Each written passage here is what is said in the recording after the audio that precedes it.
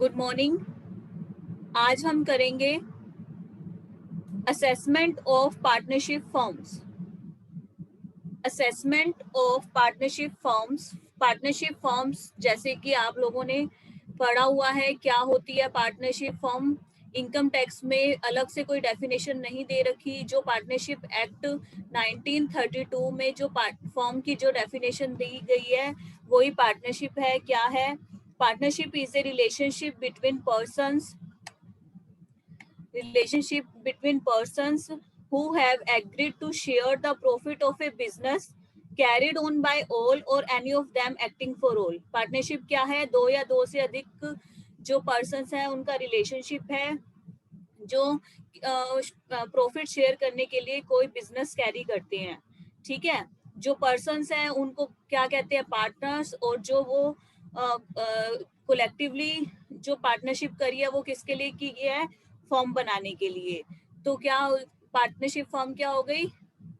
A relationship between persons who have agreed to share the profit of a business carried on by all और any of them acting for all. ठीक है। Income tax act में the term partner also include. Income tax act में partners में और कौन कौन include होता है? A minor admitted to the benefit of partnership. एक माइनर को भी कर सकते हैं और a partner of limited liability partnership. Minor को भी एज अ पार्टनर वो उसकी बेनिफिट के लिए वो पार्टनरशिप ज्वाइन कर सकता है और एक लिमिटेड लायबिलिटी पार्टनरशिप के लिए भी वो एंटर कर सकता है। उसके बाद पार्टनरशिप फॉर्म कितने टाइप्स की होती है? 2 टाइप्स की होती है पार्टनरशिप फॉर्म। कैटेगरी हमने पार्टनरशिप फॉर्म की 2 टाइप्स में कर रखी है, limited liability partnership and unlimited liability partnership. आप लोगों को जैसे कि पता है, पढ़ रखा है पार्टनरशिप लिमिटेड लायबिलिटी क्या होता है? जिसकी लायबिलिटी जो उसने कंट्रीब्यूट की हुई है कैपिटल उस वहां तक की सीमित रहती है, उससे ज्यादा उस पार्टनर की लायबिलिटी नहीं होती। अनलिमिटेड लायबिलिटी पार्टनरशिप कौन सी होती है? ऐसी पार्टनरशिप जिसमें पार्टनर की लायबिलिटी होती है वो अनलिमिटेड होती है। कोई भी जो क्रेडिटर है या मनी लेंडर है वो क्या कर सकता है? अपने ड्यू को रिकवर करने के लिए फर्म से उसकी पर्सनल एसेट के भी डिमांड कर सकता है। मतलब उसको पार्टनर को अपनी पर्सनल एसेट से को बेचकर भी उनका ड्यू क्लियर करना पड़ता है। ये है अनलिमिटेड लायबिलिटी पार्टनरशिप। तो आई होप आपको समझ आ गया हो। पार्टनरशिप फॉर्म रिकॉल हो गया क्या होती है, लिमिटेड लायबिलिटी पार्टनरशिप क्या होती है और अनलिमिटेड लायबिलिटी पार्टनरशिप क्या होती है। अब इनकम टैक्स के पर्पस से हम क्या करेंगे? फर्स्ट ऑफ ऑल हमें समझना होगा सेक्शन 184 क्या होता है। सेक्शन 184 क्या होता है? इनकम टैक्स के पर्पस से अगर फॉर्म का असेसमेंट करना है तो हमें क्या करना हो? असेसमेंट ऑफ फॉर्म कैसे होता है? मतलब एक फॉर्म को as a form income tax की अथॉरिटीज कैसे करती है? First of all partnership deed. First of all क्या होना चाहिए? उस फॉर्म की एक एविडेंस होना चाहिए, एक इंस्ट्रूमेंट होना चाहिए एविडेंस के लिए, पार्टनरशिप डीड। आप लोगों को पता ही है पार्टनरशिप जो स्टार्ट होती है वो पार्टनरशिप एक डीड बनती है जिसमें पूरा एग्रीमेंट होता है, कितना शेयर होगा कितना नहीं होगा, कैसे कैपिटल कंट्रीब्यूट होगी, कैसे प्रॉफिट डिस्ट्रीब्यूट होगा, कितना शेयर होगा, कौन एंटर कर सकता है कौन नहीं कर सकता। मतलब सब चीज जो होती है वो पार्टनरशिप डीड में लिखी होनी चाहिए। तो एक पार्टनरशिप डीड होनी चाहिए एक फॉर्म को फॉर्म असेस करने के लिए। सेकंड है share of each partner is specified. Partnership deed में हर पार्टनर का शेयर है वो स्पेसिफाई होना चाहिए कि कितना शेयर वो लेगा। थर्ड है सर्टिफाइड। पार्टनरशिप डीड की एक सर्टिफाइड कॉपी हर सर्टिफाइड कॉपी पहले साल पार्टनरशिप फर्म को अपने रिटर्न के साथ इनकम टैक्स अथॉरिटी को जमा करवानी होती है फर्स्ट ईयर में।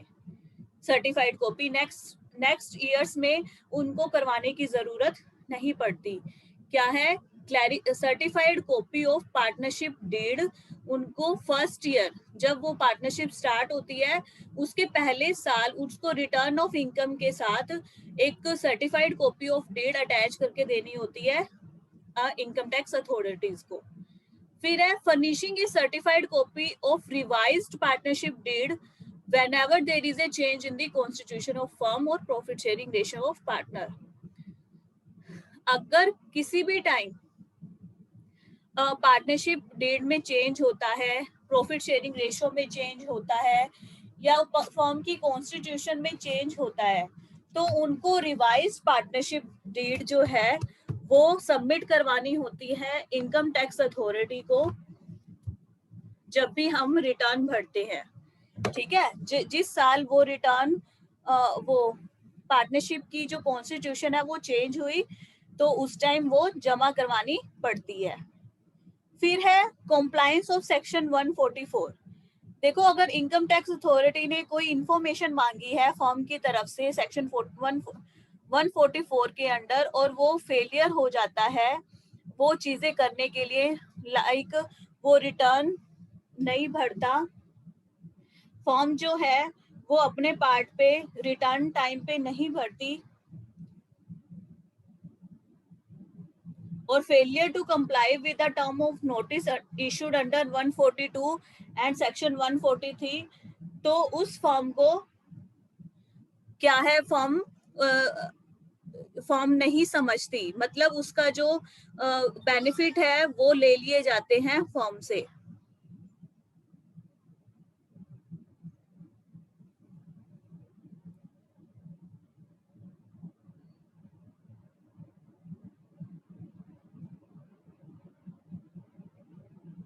ठीक है, तो क्या है उसको बेनिफिट नहीं मिलते।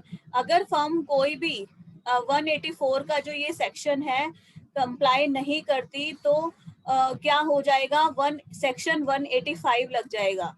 क्या लग जाएगा, सेक्शन 185 अपने आप ही लग जाएगा।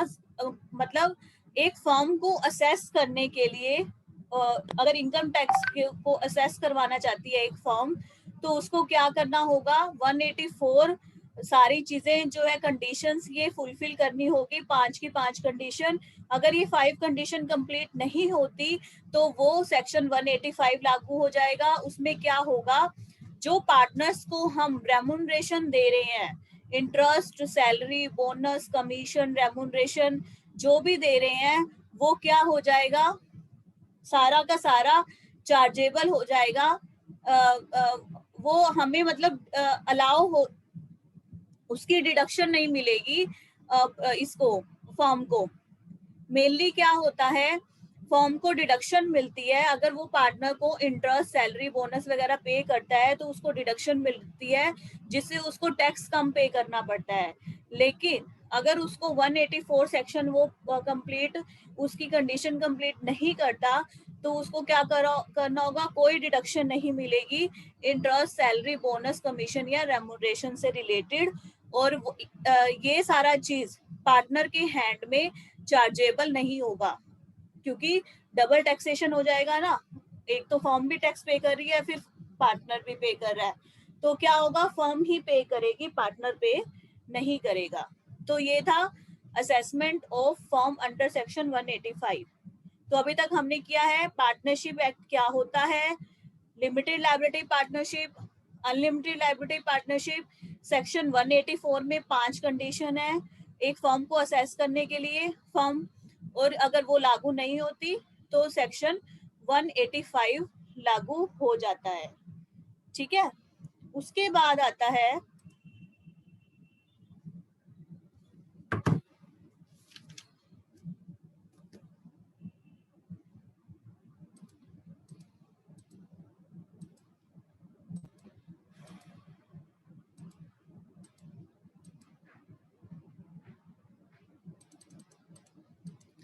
उसके बाद आता है provisions of section 40B।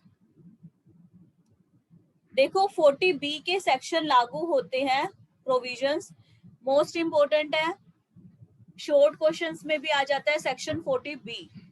According to section 40B कोई भी जो रेमुनरेशन पे किया जाता है स्लीपिंग पार्टनर को वो डिसअलाउ होता है।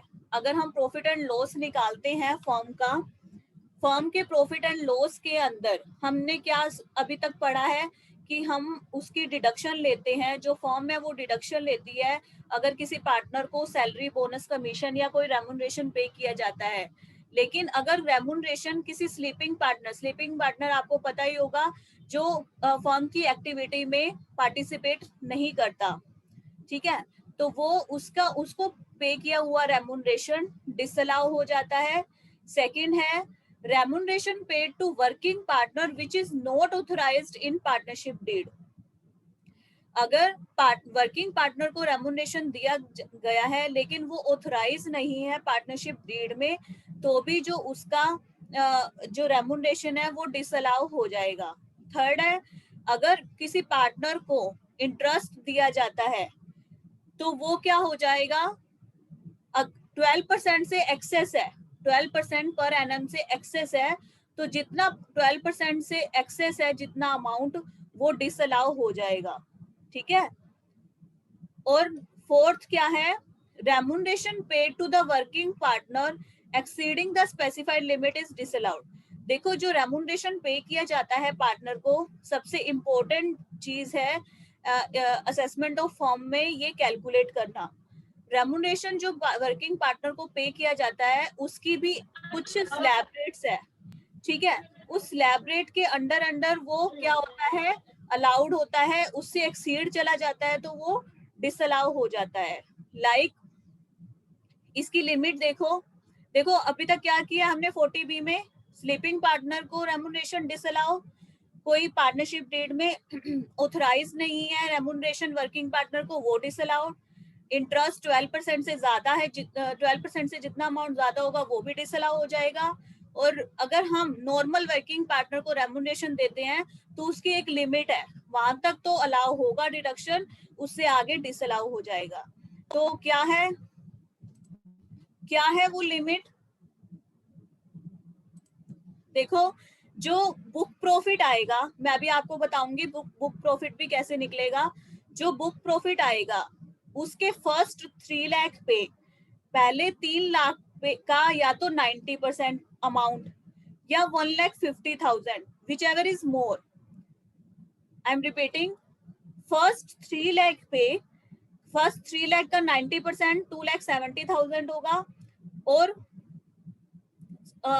1,50,000, ठीक है, विच एवर इज मोर ये, प्लस अगर 3 लाख से ऊपर अगर कोई अमाउंट बचता है, मान लीजिए 4 लाख था बुक प्रॉफिट, तो 1 लाख पर 60% आप लगाओगे उसको, फर्स्ट पहले वाले अमाउंट को और सेकंड वाले अमाउंट को ऐड करने के बाद जो रेम्युनरेशन आता है वो अलाउड होता है एज अ डिडक्शन, बाकी का जो है वो डिसअलाउड हो जाएगा, ठीक है। तो इसका अगर हम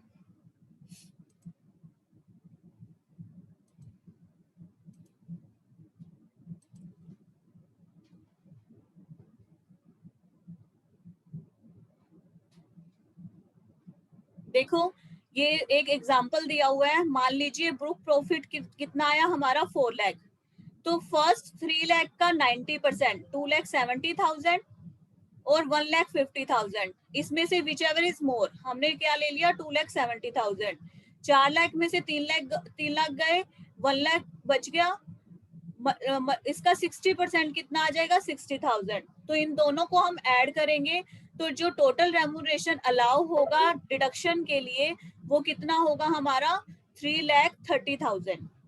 मोस्ट इम्पोर्टेंट पार्ट है ये असेसमेंट ऑफ फर्म के लिए, क्योंकि प्रॉफिट एंड लॉस का जब आप पार्ट निकालोगे तो यही जो पार्ट है वो सबसे इम्पोर्टेंट है, इजी भी है और इम्पोर्टेंट भी है, ठीक है। तो देखो बुक प्रॉफिट क्या होता है, बुक प्रॉफिट क्या होता है, book profit means the net business profit of the firm. अगर किसी ने profit and gains from business and profession किया हो लास्ट सेमेस्टर में, तो उससे जो प्रॉफिट निकलता है सेक्शन 28 to 44 डी के अंडर जो बिजनेस का प्रॉफिट निकलता है वो निकलेगा, प्लस इसके अंदर क्या ऐड होगा बुक प्रॉफिट निकालने के लिए, जो हम जो एक तो जो चीजें डिसअलाउड है वो ऐड हो जाएंगी, प्लस हम जितना भी जो रेम्युनरेशन पे कर रहे हैं एक बार सारा का सारा रेम्युनरेशन हम उसमें ऐड कर देंगे। जितना भी रेम्युनरेशन हम पे कर रहे हैं पार्टनर्स को वो सारा का सारा एक बार हम ऐड कर देंगे उस प्रॉफिट में। उसके बाद जो वो प्रॉफिट निकलेगा वो होगा बुक प्रॉफिट। उसके बाद उस बुक प्रॉफिट पे लिमिट निकलेगी कि हमें कितना रेम्युनरेशन अलाउ करना है और कितना रेम्युनरेशन अलाउ नहीं करना। तो ये हो गया हमारा बुक प्रॉफिट। ठीक है।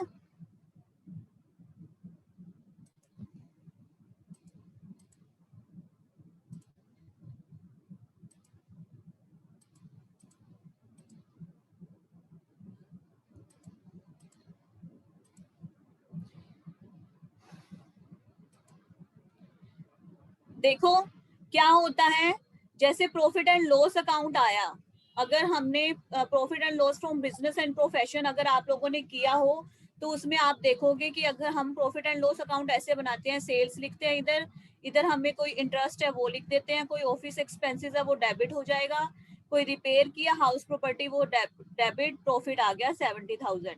अब क्या है, अब हम क्या करेंगे, हम जो एक्सपेंसेस है जो डिसअलाउड है वो हम क्या कर देंगे, दोबारा ऐड कर देंगे। जैसे पर्सनल एक्सपेंसेस हमने कुछ किए, जैसे रिपेयर की हाउस प्रॉपर्टी की, तो ये हमारा पर्सनल एक्सपेंसेस है, वो हमारा इसके अंदर प्रॉफिट एंड बिजनेस का नहीं है, तो वो हम इसमें नहीं ऐड लेस करेंगे, ये दोबारा ऐड हो जाएगा। जैसे 70,000 है, इसमें हम प्लस कर देंगे 30,000। इनकम टैक्स कोई पे किया वो भी हम ऐड कर देंगे। कोई भी रिजर्व फंड या प्रोविजन हमने बनाया हुआ है वो भी हम ऐड कर देंगे, क्योंकि एक्चुअल में ये कोई भी हमारा खर्चा नहीं है। हम रिजर्व फंड वगैरह इसलिए बनाते हैं ताकि आगे फ्यूचर में अगर कोई लायबिलिटी आती है तो हम उसको फुलफिल कर सके। एक्चुअल में कोई हमारा खर्चा नहीं हुआ, हमने एक जगह से पैसा उठाकर दूसरी जगह पे रख दिया। तो जो इनकम टैक्स अथॉरिटी है वो यही चीजें देखती है कि यहाँ पर क्या क्या चीजें उन्होंने डिडक्शन ली हुई है। तो इनकम टैक्स अथॉरिटी इस चीज को नहीं मानती और उसको प्रॉफिट में ऐड करवा दे देती है। उसके बाद प्रॉफिट, अब डिसअलाउड इनकम होती है जो हम क्या करते हैं, क्रेडिट की होती है। कई बार फॉर्म्स क्या होता है, अपने प्रॉफिट को अच्छा दिखाने के लिए कुछ इनकम को ऐड कर देती है, लेकिन इनकम टैक्स पर्पज से उसके वो ऐड नहीं करनी होती, इसलिए हम उसको दोबारा रिड्यूस कर देते हैं, डिडक्ट कर देते हैं नेट प्रॉफिट में से। जैसे कोई रेंट दिया, कोई इंटरेस्ट, कोई कमीशन, कोई डिविडेंड, तो ये जो बिजनेस से रिलेटेड नहीं है उसको हम दोबारा क्या कर देंगे, डिडक्ट कर देंगे। तो क्या आ गया हमारा नेट प्रॉफिट, क्या आ जाएगा, 90,000 आएगा, क्योंकि यहाँ पर 70,000 में ये जो रिपेयर है वो प्लस हो जाएगी और जो ये इंटरेस्ट है हमारा ये माइनस हो जाएगा, क्योंकि ये डिसअलाउड इनकम है। तो प्रॉफिट कितना आ जाएगा, नेट प्रॉफिट 90,000। ठीक है। तो अभी तक हमने क्या कर लिया, पार्टनरशिप एक्ट, उसके टाइप्स, 184 सेक्शन, 185 सेक्शन, उसके बाद सेक्शन 40B। उसके बाद क्या है, हमें आएगा असेसमेंट ऑफ फर्म।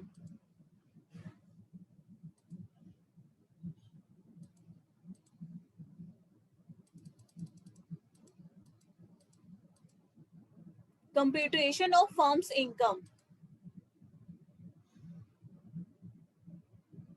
देखो फर्म्स की इनकम कंप्यूट वैसे ही की जाती है जैसे हम सारे हेड्स लेते हैं। लास्ट में मैंने आप लोगों को करवाया था, सारे हेड, पांचों हेड करवाए थे, लेकिन फर्म की इनकम कंप्यूट करने के लिए हम सैलरी हेड नहीं लेते, क्योंकि जो सैलरी हेड होता है वो ओनली इंडिविजुअल के लिए होता है, फर्म के लिए नहीं होता। तो हम सैलरी हेड फर्म में भी नहीं लेंगे और एचयूएफ में भी नहीं लेंगे। ठीक है। तो इसमें भी हाउस प्रॉपर्टी की इनकम, बिजनेस एंड प्रोफेशन की इनकम, कैपिटल गेन की income, income from other sources की इनकम, ये सारी जो इनकम है उनको ऐड करके और उसमें से डिडक्शन करके जो आएगा वही फर्म की इनकम होगी। और फर्म की जो टैक्स लायबिलिटी है वो फ्लैट 30% है। वो फ्लैट क्या है, 30%, इसकी कोई स्लैब रेट नहीं है, लेकिन उससे पहले कुछ हमें टैक्स लगाना होता है, जैसे एसटीसीजी पे, एलटीसीजी पे, या लॉटरी या क्रॉसवर्ड पजल्स, इन ये जो हमारी इनकम होती है कैजुअल इनकम, इन पे अलग से लगता है। ये इनकम लेस होने के बाद जो इनकम बचती है उस पे फ्लैट रेट से 30% टैक्स लगता है फर्म की इनकम पे। आज एक बार इतना ही देखिए, कल मैं आपको कंप्यूटेशन ऑफ फर्म इनकम कैसे होती है वो बताऊंगी और टैक्स लायबिलिटी ऑफ फर्म क्या होती है वो बताऊंगी। Thank you.